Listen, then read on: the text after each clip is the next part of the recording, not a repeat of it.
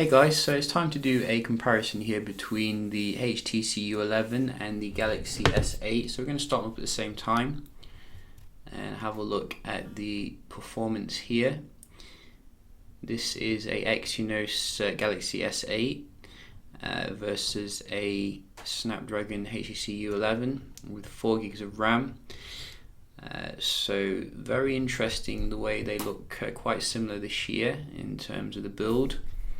But with the S8 you do get curved display obviously, which looks very futuristic.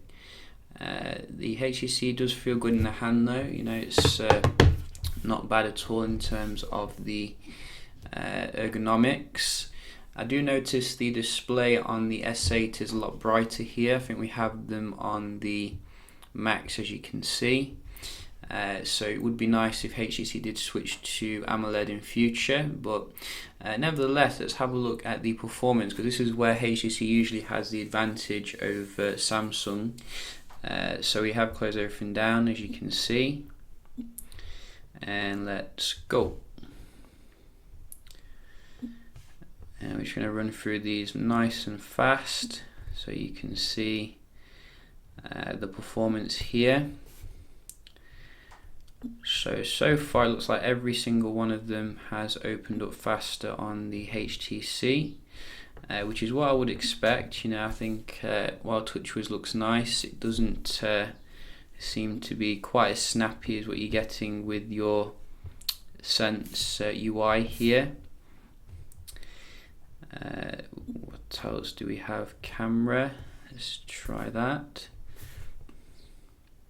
Yeah, so you can definitely see here the U11 leaves the S8 standing when it comes to the basic apps. Does it do the same with the games? Oh no, so you can see the S8 actually loads the game a little bit faster here. Let's try GTA. Going into it a little bit snappier on the left.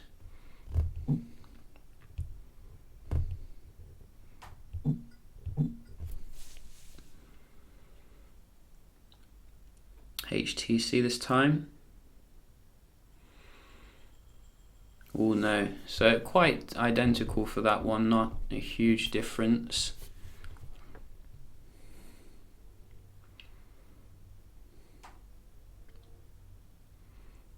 So we're going to open up 5 games this time. I think that went to the HTC then. Angry Grand Run. That sounds pretty awesome. No sale. Tap to play.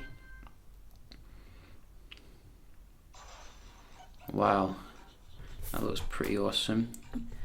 And Asphalt. So a little bit closer, I think, this time for the games, but you could see in terms of the basic apps, it was quite similar. So I'll probably do another video checking out the gaming between the two. Let's just have a look at the Wi-Fi performance here between the two of them. Head to head.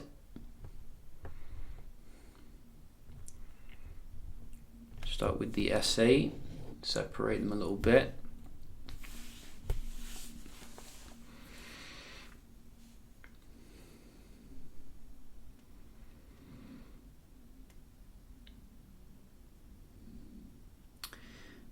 So other things to consider here is that you get some sort of U-Sonic headphone optimization with the HTC U11. Very good for audiophiles.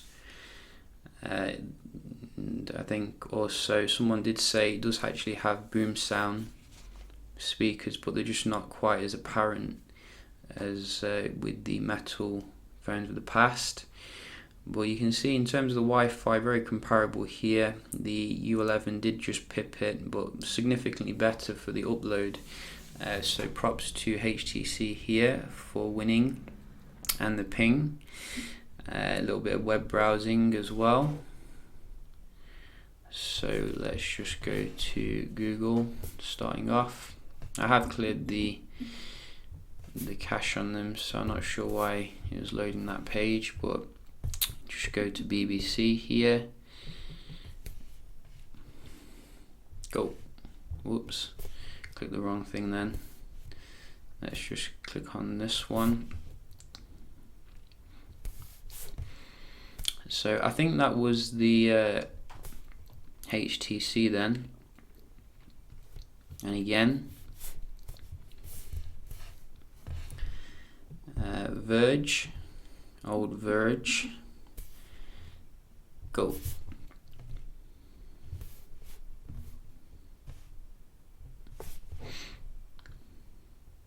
And again, HTC here. So you can see in terms of the day-to-day performance, the HTC is significantly faster than the S8, which is what some other people have been saying. You know, the S8 started to slow down, as what you get typically with Samsung phones. So let's just have a look at the multitasking and then round the video off. So a little bit of a reload there on the right. And again, you can see the performance seems to be going to junk here on the Samsung. That's why I said we did need 6 gigs of RAM for TouchWiz. But you can see the HTC, absolutely magnificent performance on the multitasking side of things. And let's try some games here. I can assure you as well, both of them are up to date in terms of like software, etc. But you can see, you know, HTC is just killing it ultimately.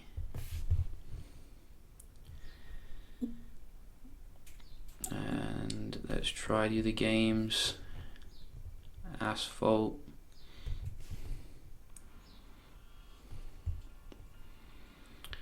So yeah, this is quite a spammy game. I don't know what happened then. And Angry Gran.